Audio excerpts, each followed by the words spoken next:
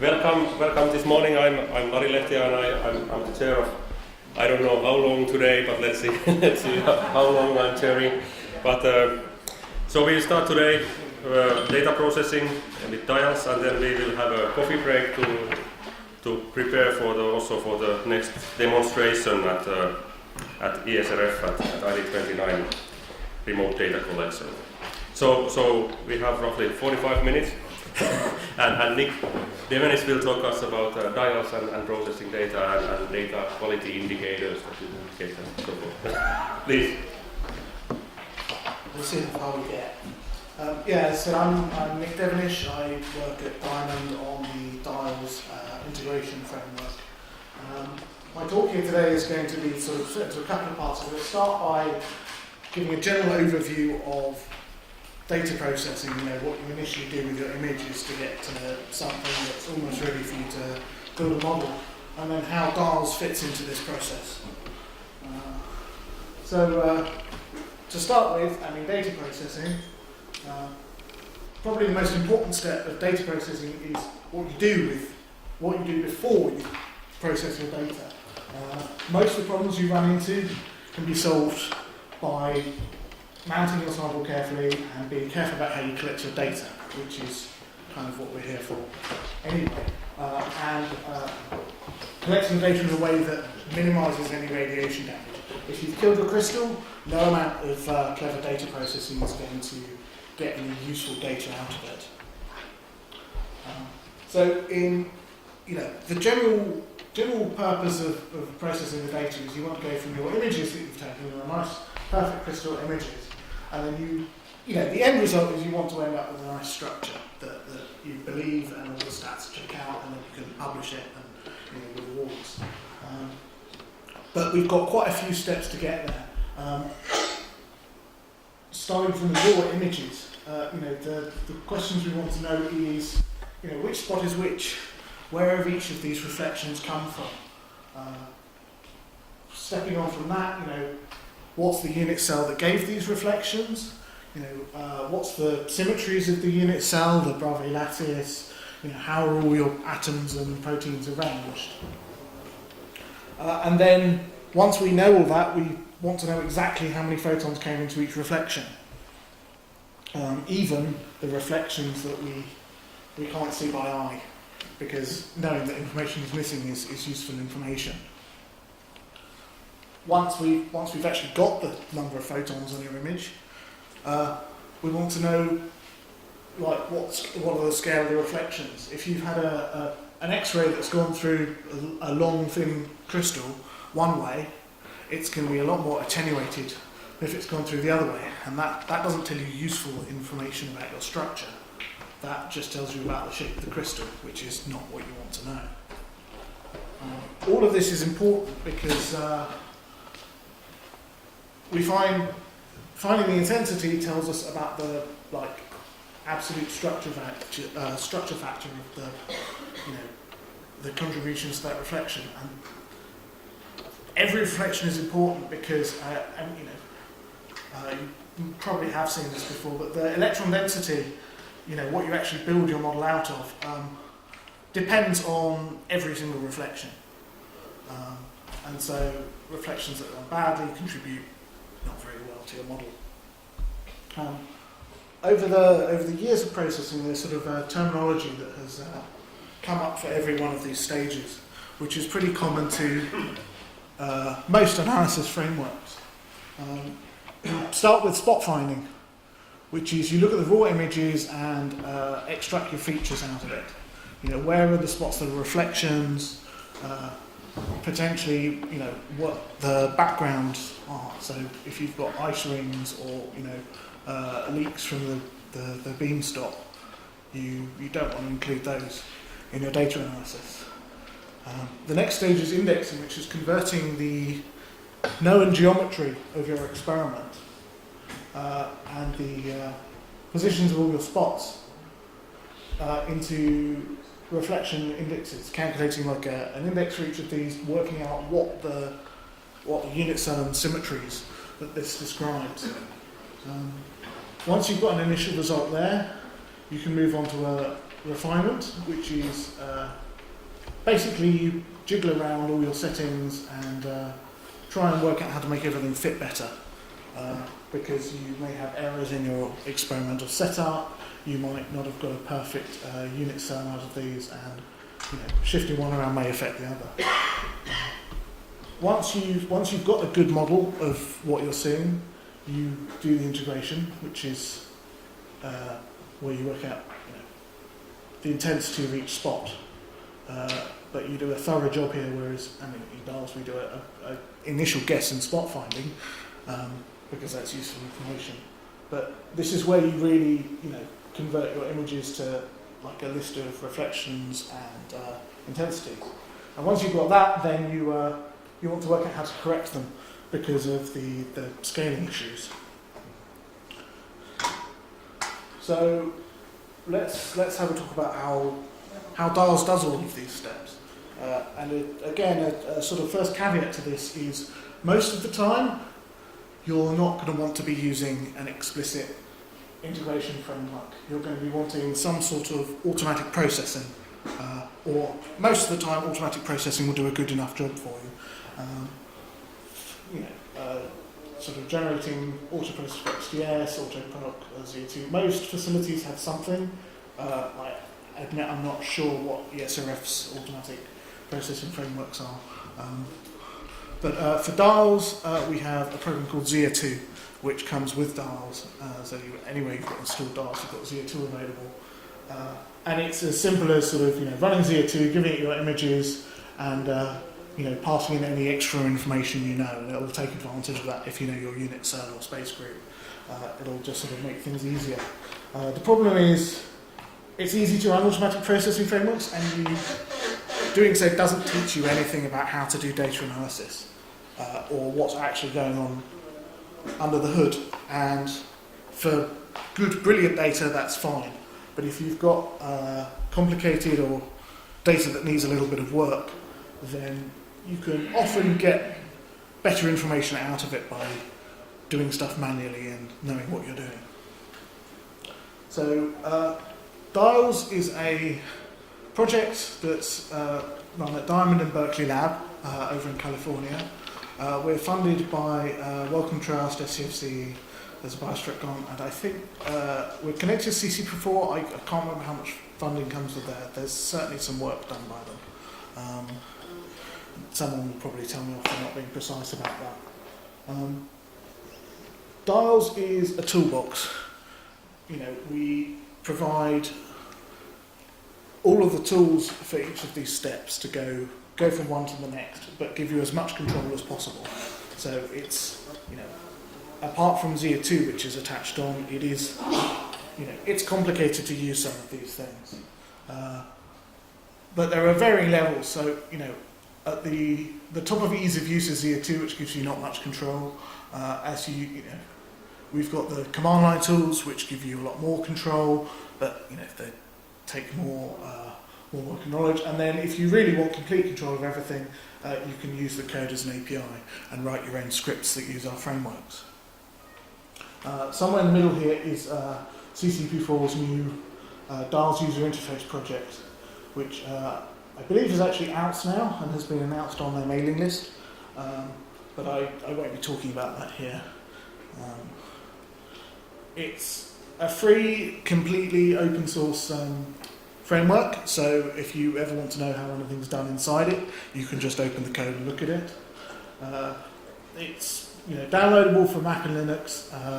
Hopefully we'll be getting Windows installers soon. But CCP4 also distributes DIALS for Windows. And you can find all the information on the tutorials and the downloads on the dials.github.io website. So let's go on to the actual using of DIALS. And this may be unfortunately for some people, but the main way you interact with DIALS is through the keyboard, through the command line interface. DIALS doesn't itself come with a GUI. This is for a couple of reasons. Firstly, writing GUI is complicated, which is why we've left it CCP4. But command line scripting gives you a lot more control you know exactly what's going in and what's going out of every process. You can write your own scripts, which is very important for reproducibility. It's a lot easier to say, I ran this program, then this program, then this program, rather than, well, I clicked 100 things on the GUI and maybe I missed something or maybe I didn't. So when you're proving to people that you did your analysis properly, you can show the exact list of things you did so that they can reproduce it. A slight caveat to this is that if you've got CCP4, you can use the DIALS GUI, which makes things easier, but doesn't give you as much control as controlling all the ins and outs yourself. So for the main flow of data processing, we've got 7 programs that you will probably mostly interact with on a day-to-day analysis basis. And quite helpfully, they're named after each of these separate steps of the data analysis, with a sort of couple which I'll go into detail.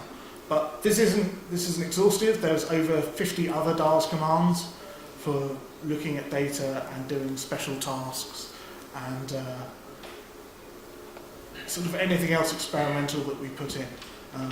A few more of them will be mentioned, but I can't give an exhaustive list here. And then after you've run DIALS, you can go on to use the whatever processing pipeline you want. With CCP4, it's running pointless for the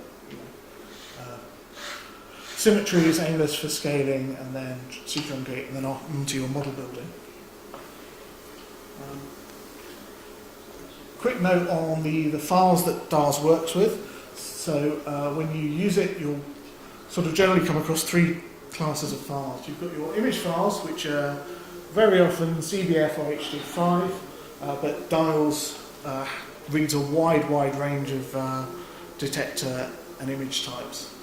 If you want it, it's likely it's in there, or somebody will have worked out a way to get there. Most of the time, if all those files you can convert to CBF.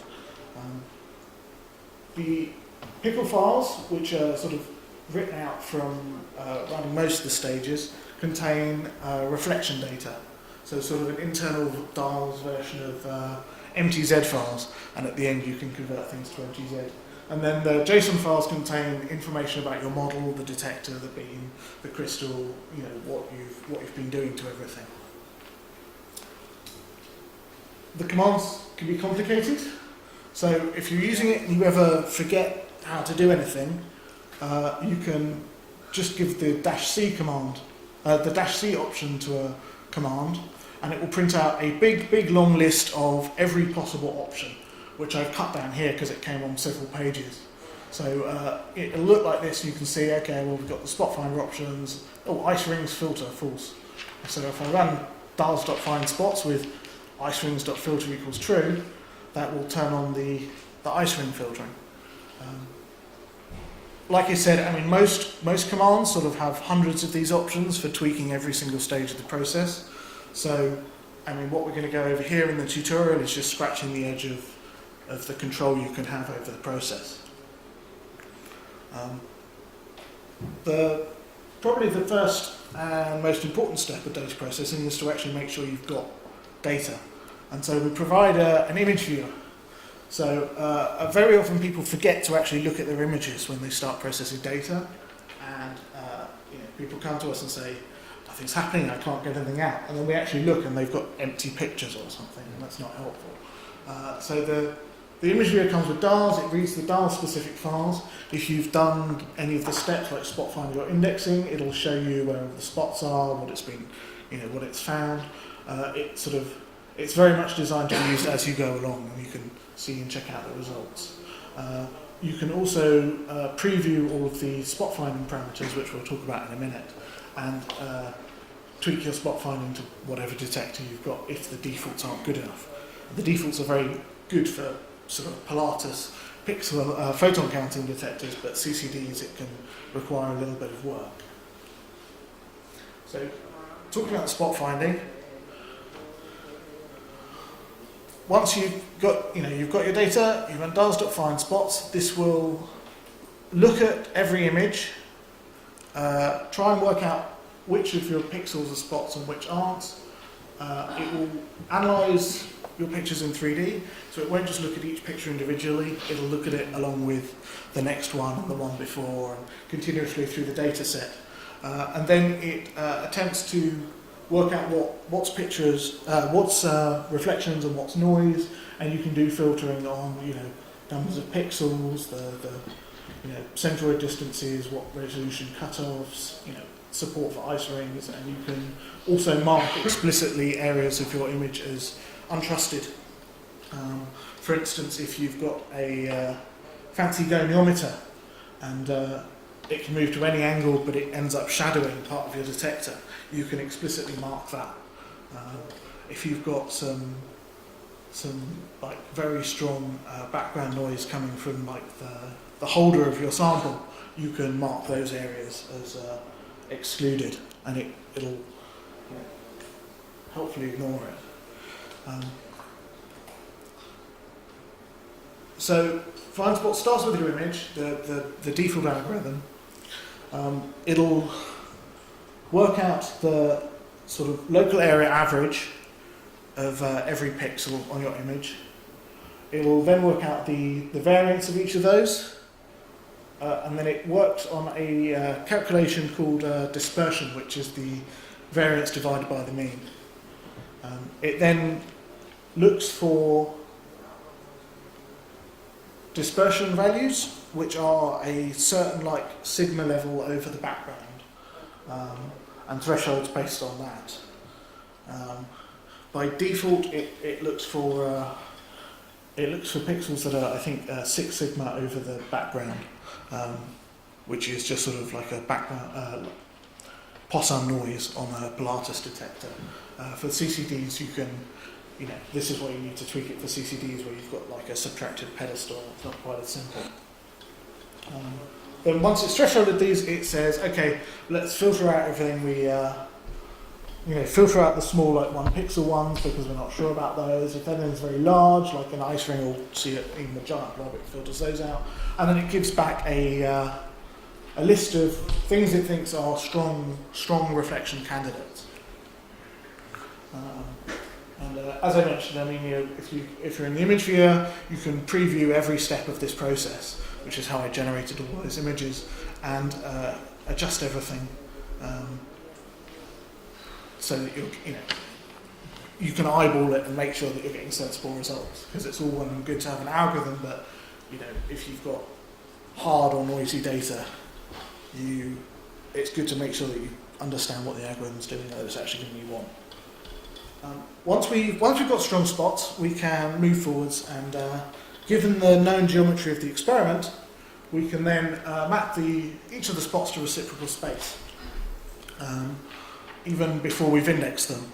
And we've got a tool for visualizing this called the reciprocal lattice viewer, which once you've got the spot finding done, you can every step along the way adds extra data to this as well.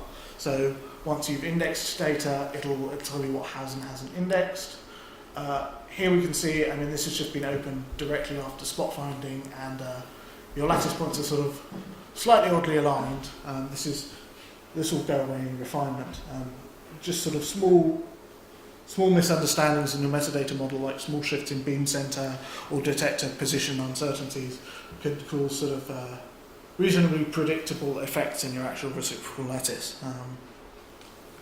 Well, as an example, I mean, this is a very good-looking reciprocal lattice with so you know, all the strong reflections that we found mapped into reciprocal space and plotted in 3D, and you can very, very clearly see here that okay, there's, you know, regularly spaced. You could probably pick out the unit cell by eye here. This one is not so good.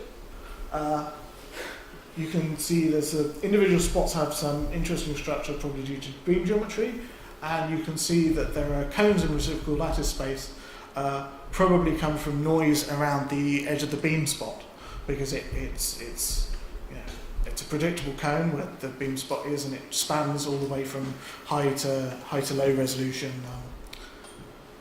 reciprocal space. So that, you know, if that interferes with indexing, it might be a good candidate for masking something out. Here is some sort of more odd-looking data. There's a bit of structure you can see, but the problem with this set is mostly that there seem to be multiple lattices, and the second one hasn't been mapped very well. Here's another example of something that looks a bit wrong. It looks like the spots are sort of smeared around the angle of rotation. Here's a multi-sweep small molecular data sample. It sort of looks okay. You can clearly see there's a lattice, but it looks as though the third sweep, which is in green, there's starting to be noise there, possibly from ice. And then there was actually a fourth sweep of data for this, which clearly doesn't give you much information at all. This was probably due to very heavy ice rings, which you can, see as a sort of a sphere in reciprocal space. Once we've got everything we've got the strong spots, we can then attempt to index them and find the lattice, because you can if you can pick it up by eye, that doesn't help you computationally. So for that, we've got DIALS.index. It takes your central Wheatley reflections, maps them to reciprocal space, which we've just seen, and then analyses them to look for the unit cell. And it's got three choices for algorithms here. There's two based on Fourier transforms. A 1D Fourier transform, like in the old style data processing system. 3D Fourier transform, now that computers are a lot more powerful and have a lot more memory, we can do everything at once, and that's the default. And also there's a real space grid search algorithm which requires the unit cell and space group to be known, but is quite robust for worse data, because you say, I know it's this, go and find this, and index them assuming this is the case. And it's got a little bit of wiggle room, but so if you've got not a lot of data, that can be very helpful. You can, if you know your unit cell space group, even with the other algorithms, you can give it to it and it'll help it, but it will still analyse everything and say, well, maybe there's something else there, or maybe it's shifting around a bit. It also starts a basic refining process. So it finds a lattice, does some indexing, and then starts sort of jiggling around all the values to try and get a better fit, but not as much as the full refinement process, which will come in a minute. So we've got our known spots. After indexing, it's everything that it's found matches up to the lattice. It assigns a Miller index. It handles multiple lattices very well. Here is an example of a data set which was all the strong reflections from like a 1 degree wedge of data, sort of nearly 2,000 spots, and we asked it to find as many lattices as possible, and it pulled out 6 lattices, for which these are all of the prediction spots from each of those lattices. But this is everything it found in there, and so it handles that case very well. And you can tell it how many there are. You can constrain it to only find the top X lattices, or by default it just finds the strongest lattice it can. Once you've indexed everything, and you've got your Miller indices, the next question is, what sort of constraints can you put on this? So we've got a refined Bravais lattice which will look over all 14 lattice types and assume that's the case, and see how well all the spots line up to the expected symmetry from that case. And then it scores them, and then it gives you a table of the results. This is sort of an example. So by default you've got the triclinic, which is whatever we've run everything up until now in. And then by applying various monoclinic orthorhombic, you can see that it's constraining the unit cell, and obviously with triclinic you've got most degrees of freedom, so you're going to get a little bit of disagreement by applying symmetries. But in this case, it's suggested that it's either one of these bottom 2 lattices, and so in this case I think the monoclinic one here is the expected one. You can see there's a big jump up in the various measures of how well it fits.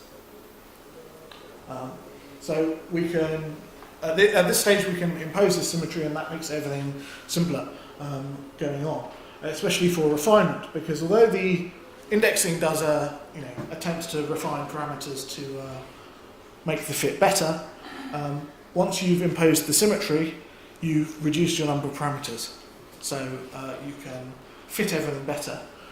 And so this is taken from the. We've got a geometry view which lets you see your experiments or setup. Sort of demonstrates some of the parameters that are refining. There's I think 18 parameters it can refine, which is 6 from the unit cell, which gets reduced if you've got symmetries. You've got the crystal orientation, you've got the detector position, the detector orientation, and then you've got parameters for beam direction and wavelength.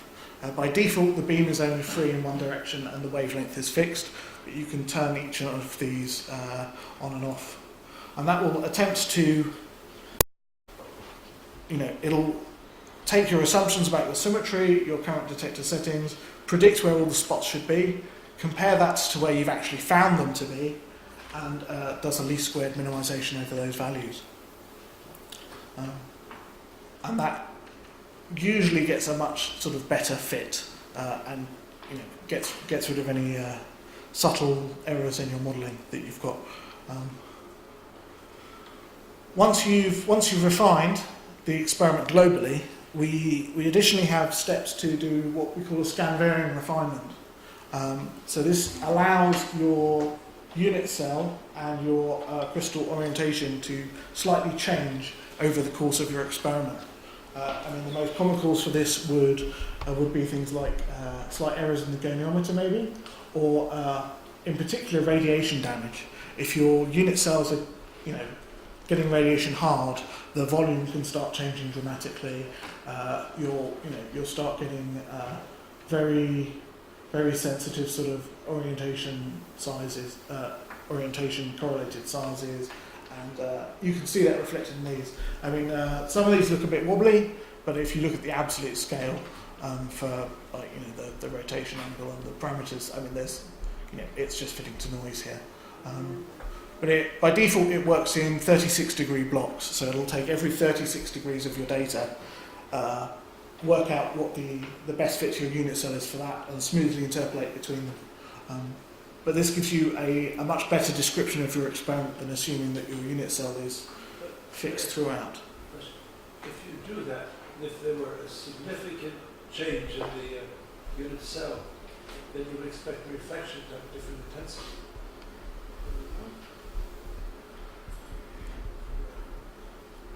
Yes. At the moment, we don't really look at intensities here. We just look at the difference between the positions. You would expect a change in intensity, but you'd also expect a slight change in position, and that's so. Yeah, we don't track the intensity changes here, but by tracking the position changes, the intensity differences will then be picked up by integration. Once you've got all this information, you've got a model of a well-fitted model of your experiment with a good description of the experimental configuration, your crystals. You know where all your spots are expected to be, so you can move on to integration. And this is where you take your raw image data with all the spots you have and haven't indexed, and then you calculate the intensities for every possible position of spots, because there's always the likelihood that your initial symmetry that you've tried to work out is slightly wrong. So it's better to collect everything. Also, looking for missing spots is a helpful. A missing spot is as much information as a spot that should be there when you're getting to the proper symmetries in the model building. There's a couple of ways you can approach the problem of calculating the intensities. for each reflection. But on everything, you've got a individual reflection on top of a background. We need some way to estimate the peak of the reflection and the background of the reflection. In the simplest case, this tells us everything we want. We can just sum everything on the inside that gives us what we think is our actual reflection. Work out the average of the background, just subtract the average from the peak.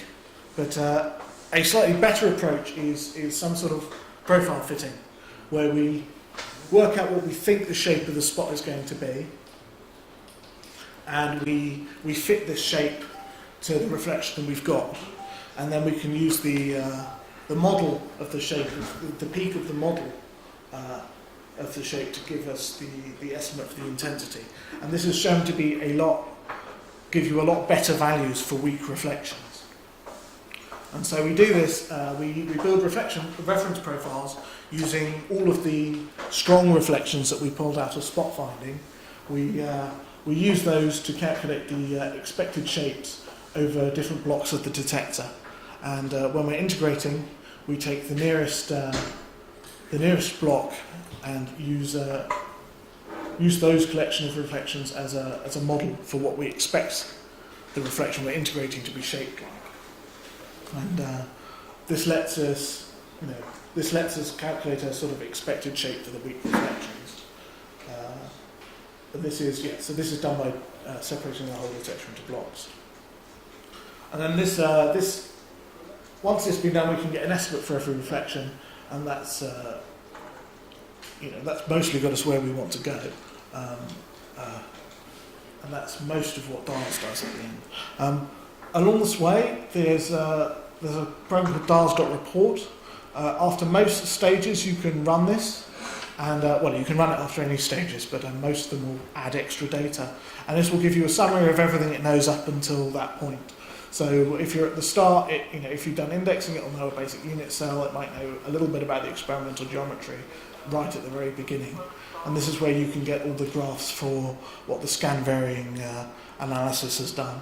And it also gives you, lots of other diagnostic information, like you can see a line graph of the number of spots for each image, what's been indexed, what hasn't.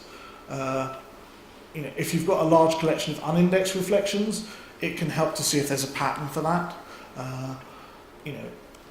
Diagnostics for the centroids, where things are going wrong, where things are disagreeing with the predictions, and sort of plots of your intensity and variances and stuff.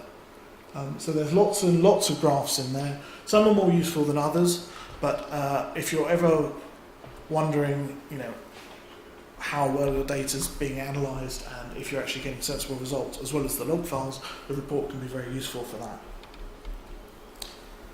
So once you've done integration, you're mostly at the end of DIALS domain.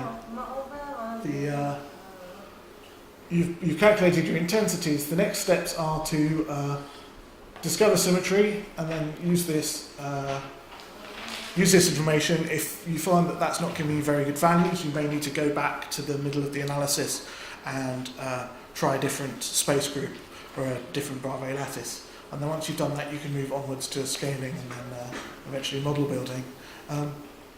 At the moment, we don't have DIALS programs for these two, which are in the CCP4 suite of the pointless and aimless programs. Hopefully, at some point soon, we're going to have our own versions of these, but of course, we'll always support using external tools. And the way you give the information to those external tools is the DIALS.export command, and that can output to Nexus files, MMSIF, MTZ, and a couple of other forms. So XDS, I think, it can write out files for. And you can, it doesn't have to be post-integration, you can just use DIALS as like a spot finder and write out a list of strong spots and things. But in the normal workflow of DIALS and the things we'll show in the tutorials, you export here to an MTZ file, and then you put them into pointless and aimless, and then you're mostly ready to move on. So the pointless is the analyses the actual intensities of reflections you've got to try and guess the real space group rather than just the Bravais lattice, which only tells you about the unit cell.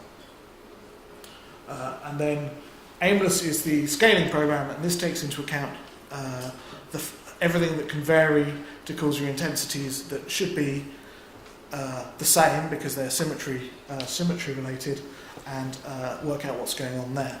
And so the output from Aimless is well, there's lots of output from Aimless, but some of the most useful data is a big table it prints at the end. And this is where it gives you sort of, your completeness, your multiplicity for various shells, and it gives you all of your merging stats. R measure, RPIM, and the CC half correlation coefficients. And I'm just going to sort of quickly remind, what these are telling you through, the equations, but sort of we're just going to go over what they mean. The R merge is a measure of how the reflections that should be symmetry related, they're all measures, but reflections that should be symmetry related agree with each other. So you can see that you've got for every set of reflections that should be related by symmetry, it works out the sum of the absolute value of the difference from the mean, and then sort of calculates a detector average of this. R merge was very heavily used, and for a long time it was sort of believed that for best data quality you should cut everything off at an R merge of, I think it was 0.6 or 0.8. But in 1997 it was discovered that this actually has a bias against results where you've got high multiplicity, and people had noticed this. People had noticed that if you had more crystals and more multiplicity, that you gave a worse R merge, and people were using this as an excuse to not take much data. People believed that you only, by only having one crystal, you'd get a better R merge, and so your data quality would be better. But this was all due to the hidden bias of the fact that the more intensities you have, it affects the average. And so in 1997, it was a Diedrichs and someone paper. I'm afraid I can't remember the other name. It was in my notes, but they're not showing up. Found that you could eliminate this bias by putting in a scale based on your multiplicity. And then there's other measures like the precision independent measurement, I think, which gives you an estimate for what your accuracy of your intensity should be. And then there's sort of a more modern CC half value, which was brought, I think it was a 2012 paper. But basically for CC half, it takes every set of reflections that should be symmetry related, splits them randomly into two buckets, and then calculates the correlation coefficient between the distributions of intensities in those. And so it's sort of, for two random halves of the data that should agree, how well do they agree? So for good data, this should, you should have a correlation coefficient of 1, they agree really well. And as this is a graph from the paper, as you get out to the very high resolution, and your spots get weaker and you get more noise and uncertainty, these agree less well. And this is the unmarked line here is the I over sigma I, like how much your intensities actually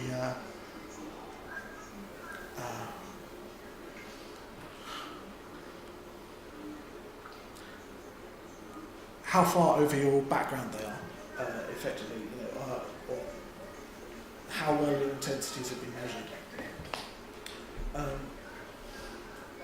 So, I mean, those are the basic data quality indicators that Pointers gives you, and by looking at them, you can get a good feel for whether this looks appropriate. I mean, the R values, because they're effectively averages of differences from the mean, which is sort of reasonably close to. Thinking of it as a variance is or a standard deviation is a reasonable analogy. It's not mathematically the same, but it tells you how much they diverge from the average.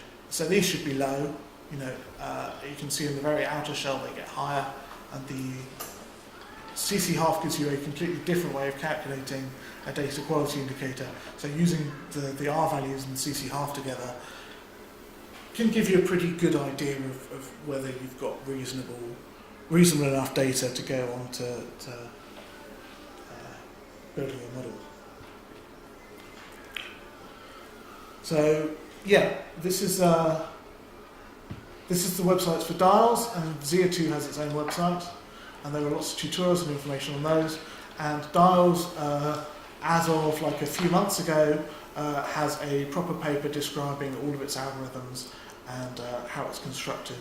And if you've got a new DIALS version on the systems here, you will be constantly reminded that this paper exists. Yeah, that's a summary of DIALS, and yeah.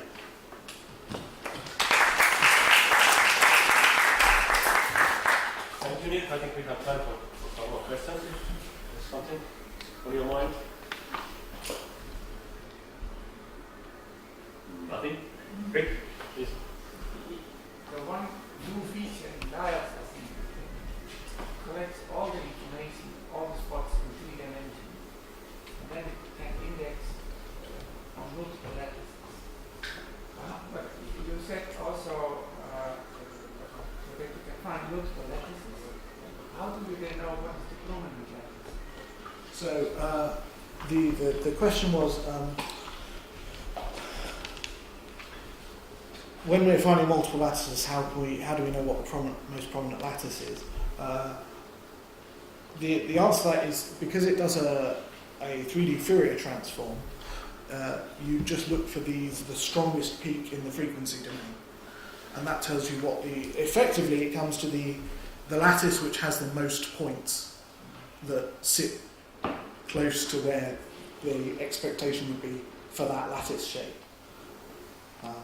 But I mean, mathematically, if you just do a Fourier transform of everything, your strongest frequency signal will be the one with the most points, and so you pick those out. I mean, it's slightly complicated because it's all in 3D, but and then it uses that to determine what the strongest lattice is.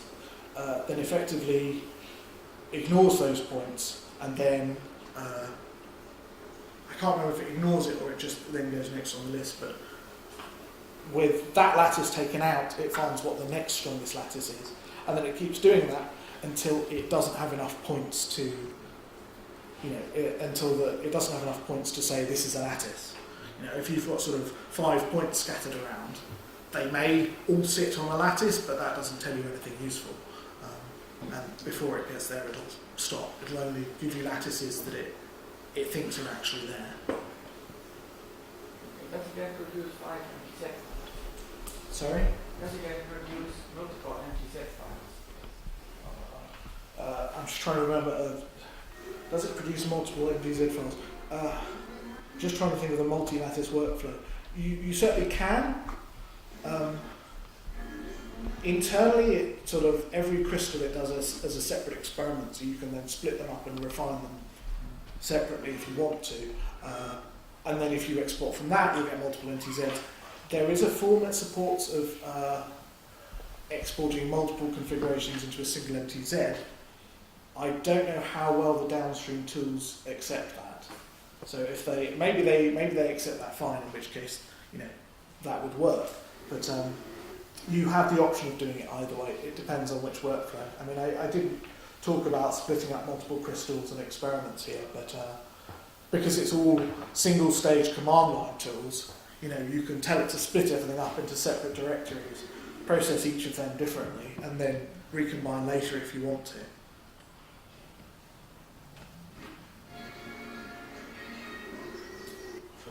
I'm sure that this question's been asked many times, and I'm just curious, maybe it's in this paper, if you compare the results, is there any way to compare the quality of the data that you get out, compare it to other commonly used processing programs? Obviously, people have compared. I don't know of any sort of standardised approach to comparing. Certainly, certainly I can say it's comparable to the results, and we believe that our algorithms work very well. But everybody will have their own stories about, well, I tend to find this works better than this program, and I don't know of any exhaustive formal studies into that. I believe the paper sort of does briefly mention other things, but we don't go into an in-depth comparison of everything. We're not aiming to rewrite another program or re-implement another program. We chose the toolbox approach very much to allow us to sort of research new ways, and so we've got like XDS-like algorithms, so that people can say, well, I want to do it like this other program does it. But then we've got the flexibility to put our own things in there as well. Alles gesagt. Nico, vielen Dank an Professor Kutte. So next thing is a coffee break.